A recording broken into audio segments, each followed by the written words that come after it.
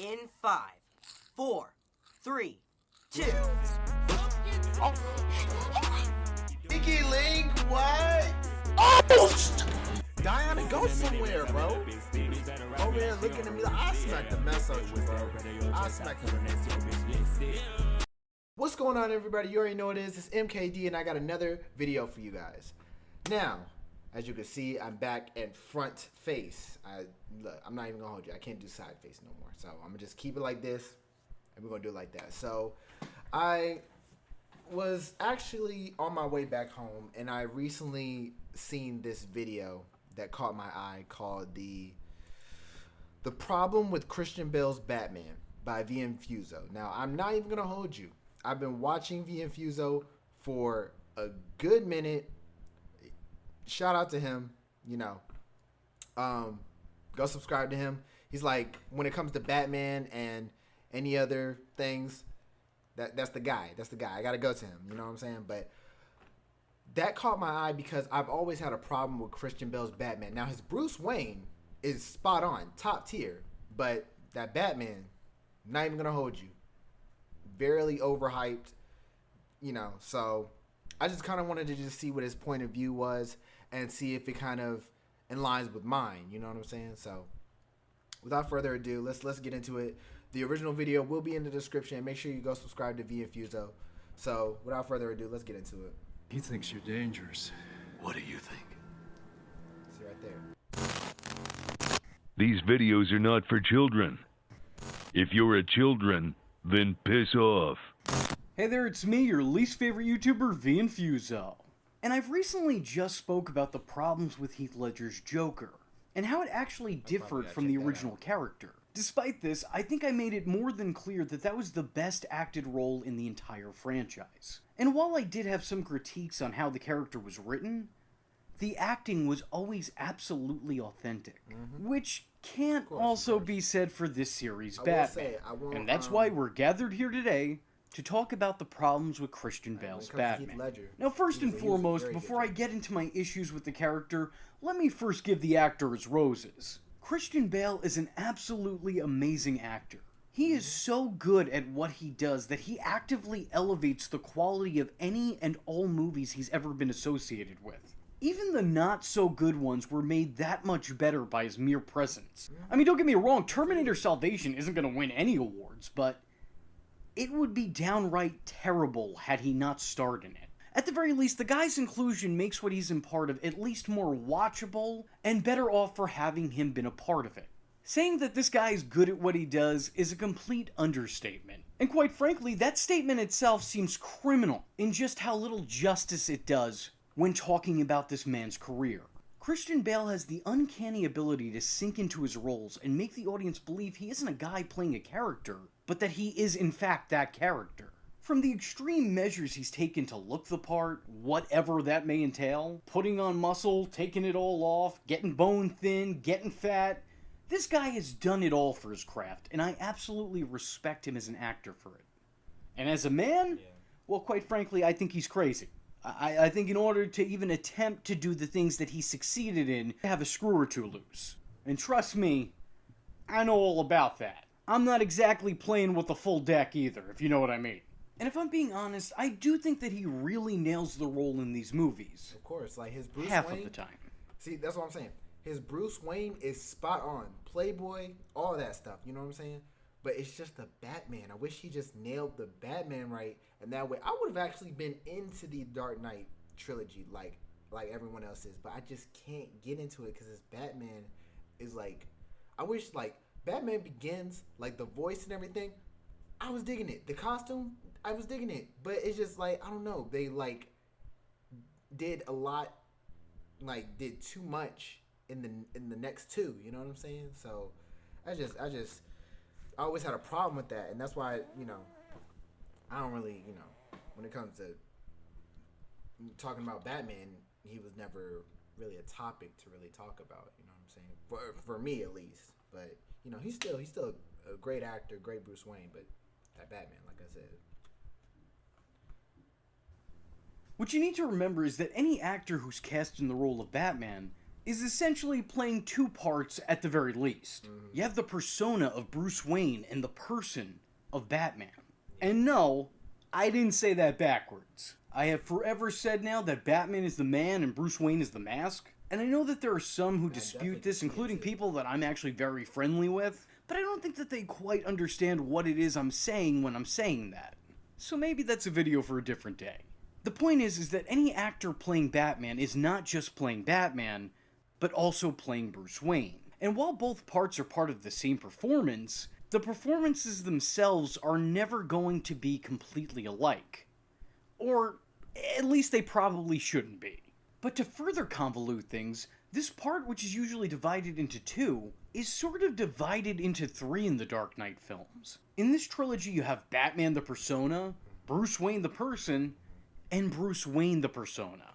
He divides himself up, only showing his true self in private when speaking to father figure Alfred, or on occasion when talking to lifelong childhood friend and crush Rachel Dawes. And the person part of the character, Bale really gets down.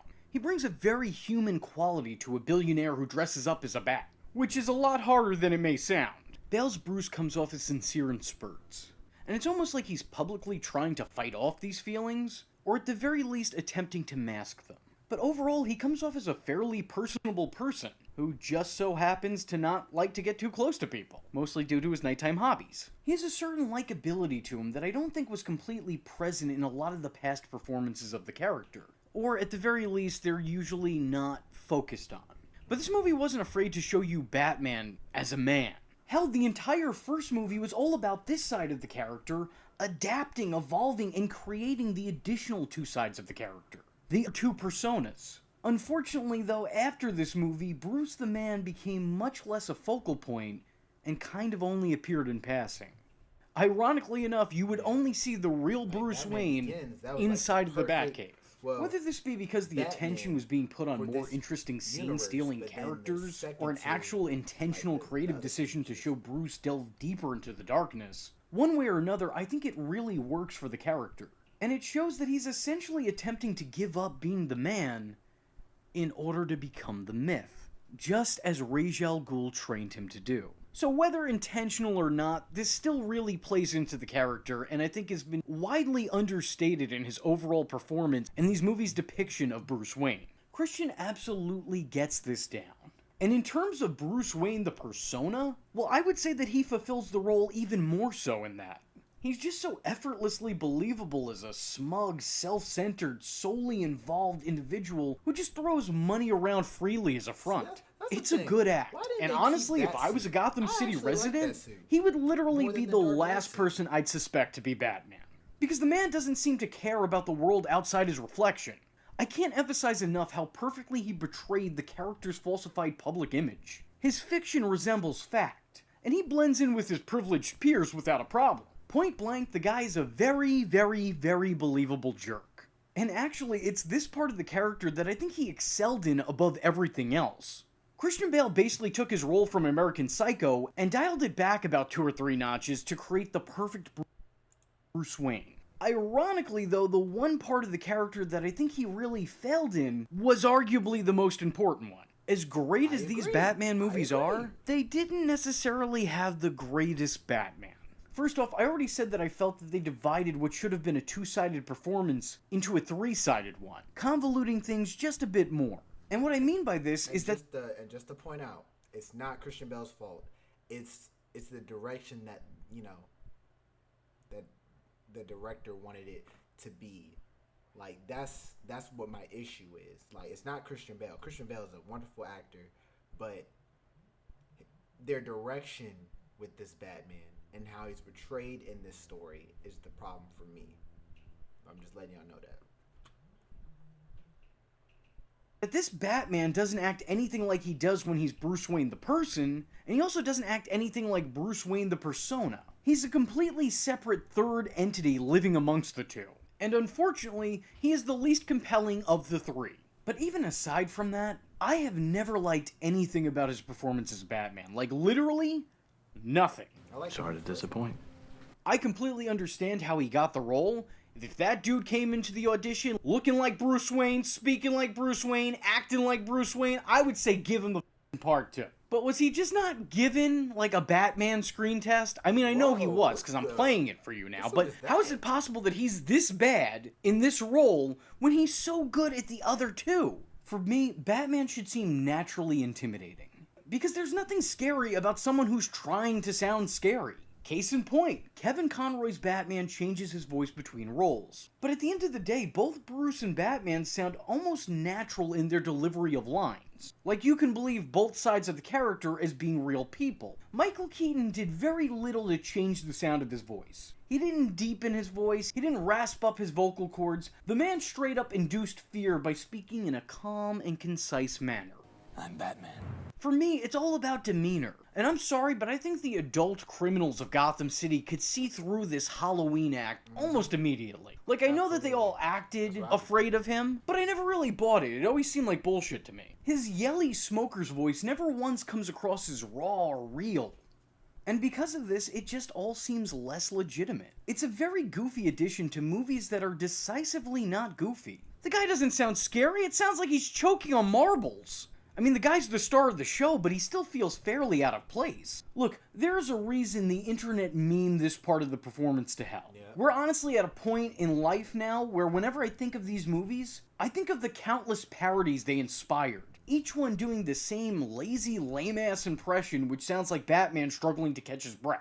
Like me at the end of that sentence. I will admit, it did seem like this was lessened in the first film, like maybe there was just like a little bit of rasp there. It wasn't ideal there by any means, but it was nowhere near as stupid as it sounds in the next two installments in the franchise. I can't beat two of your pawns. Crane's been smuggling his toxin hidden inside Falcone's trucks and then dumping it into the water supply. They were splitting the shipment in two. Only half went to the dealers. Do I look like a cop? Then you're gonna love me. Where is he? I don't know where he is. He found us. He must have friends. I can't take you The serious. entire mob. He can wait.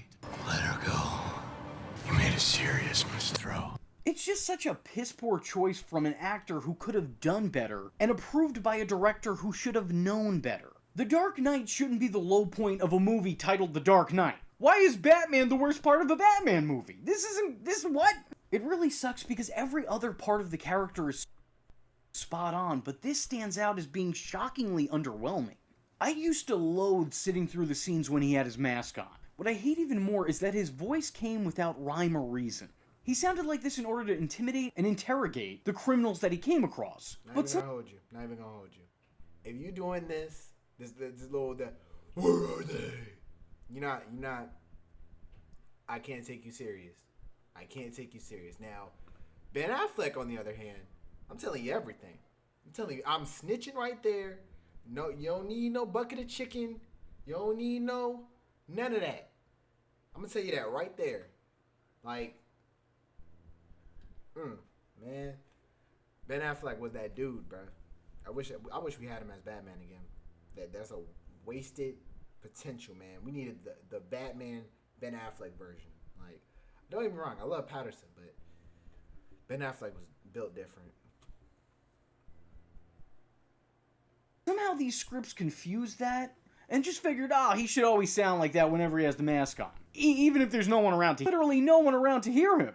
Like, come on, who was that for? Was that for me in the audience? Because I didn't ask for that. You can take that back. I would like the receipt. Additionally, I also thought the character experienced some lapse in logic. Everyone knows that Bruce Wayne became Batman after witnessing the murder of his parents. Their deaths gave Batman life. But then his would-be girlfriend dies and he just gives the gig up altogether? Yeah, I don't think so. Oh, I forgot about that. Look, I'm not getting on the guy for taking some time off to heal a broken heart. I get that. That makes plenty of sense to me. You know, he is a man underneath the bat mask. But giving it up? Calling it quits just like that? I don't think so.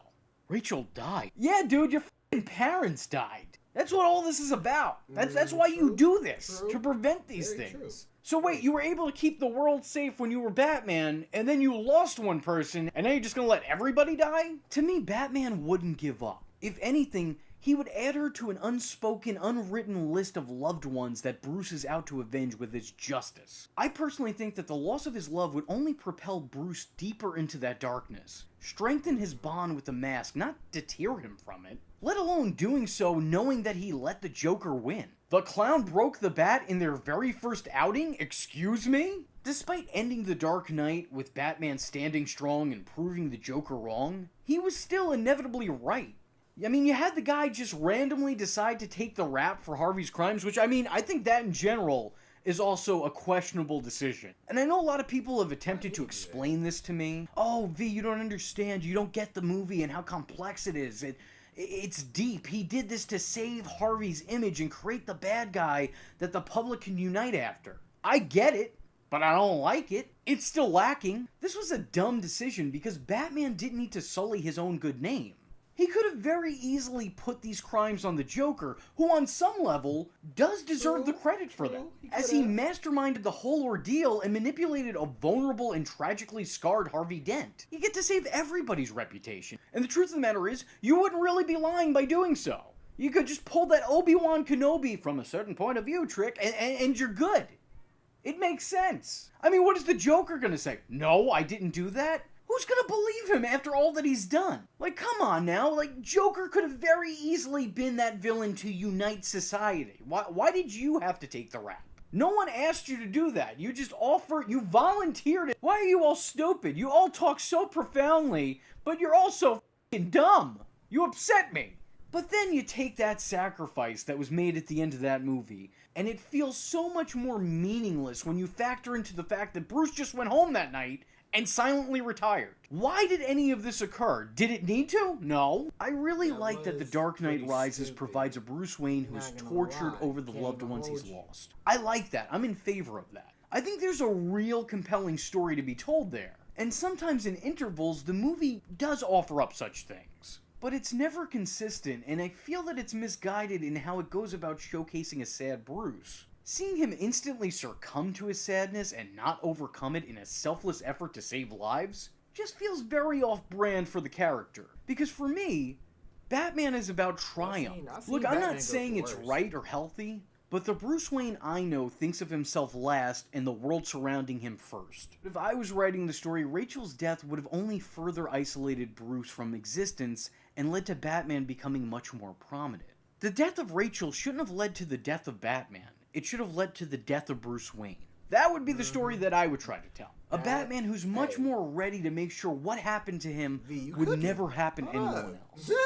Because, you know, this is a Batman movie, and those are Batman's intentions. That is literally why he put on the cape. I also find it incredibly strange and off-putting that as soon as Alfred tells Bruce that Rachel was gonna swipe left on him, he's just suddenly over it. He's like, yeah, she was my first crush. A lifelong friend. Someone I loved deeply on multiple levels. But you're saying she wasn't gonna leave her would-be fiancé for me? What a bitch. I'm glad she's dead now. I'm good. I mean, no, he didn't say that, but that's hardly an exaggeration of what it felt like. All he needed to move on from her death was knowing that she wasn't gonna choose him? Really? This silently robs Bruce of that humanity I spoke of earlier. And it kind of makes him look like a one-track tool who lacks any sort of complexity or compassion, unless something directly affects him. It almost makes that fake narcissism the character shows when he's in character bleed into his real, private personality. I don't know, it's just a low point of the character altogether for me. It's weird because there's a slow build, and yet this is so heartlessly rushed. Like, immediately after, he's like, hey, Rachel wasn't gonna choose me. Well, I'll show that dead chick. And then he just gets with several women throughout the runtime after that.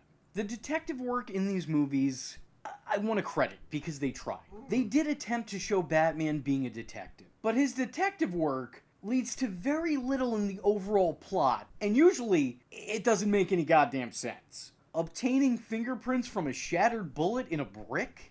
I don't know shit about shit, but like, that can't be a real thing, can I mean, I'm not a forensics expert. Inform me in the comment section below. Furthermore, the fact that he rarely arrives at the right answer from his detective work doesn't do his world's greatest detective moniker any justice. Though again, it's an improvement that this was used at all because it so rarely was before. I think you had one scene in Batman 1989 and then the next 3 movies just forgot that he was also supposed to be a detective. Because the writers of those movies, as much as I love some of them, decided man in batsuit punch hard. Also, this is nobody's fault really, except for the wardrobe designer, but I never really liked the way the suit looked. I liked that it vaguely resembled armor, like that was cool and different at the time, but design-wise, it just looked very basic and bleak to me. I didn't love it. Overall, I love Christian Bale. I love Christian Bale as Bruce Wayne, but I don't even like Christian Bale as Batman. I believe that he succeeds whenever he's without the mask, but I can't help but see him as a total failure whenever he puts it on. This performance is very Tale of Two Cities. It was the best of Bruce Wayne, it was the worst of Batman. So if you like this video and would like to see me talk about the problem with the Dark Knight's Two-Face, let me know in the comment section below by leaving a comment saying, Happy watching, thank you, sir. And with all that being said, I was your least favorite YouTuber, VNfuso, and I thank you for watching. Hope to see you in the next one. I am vengeance. I am the night, and that was VNfuso. Just remember, if you're not tuning... Rest in peace, man. Rest in peace. But, yeah. Gotta get a like. That's pretty much how I was, feeling in that, as far as his Batman. Because it's like, he was good as Bruce Wayne.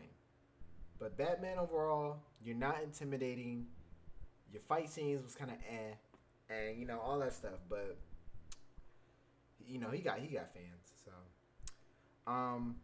So shout out VNfuso. Make sure you go subscribe. I'm gonna put his original video in the description so you can go check it out.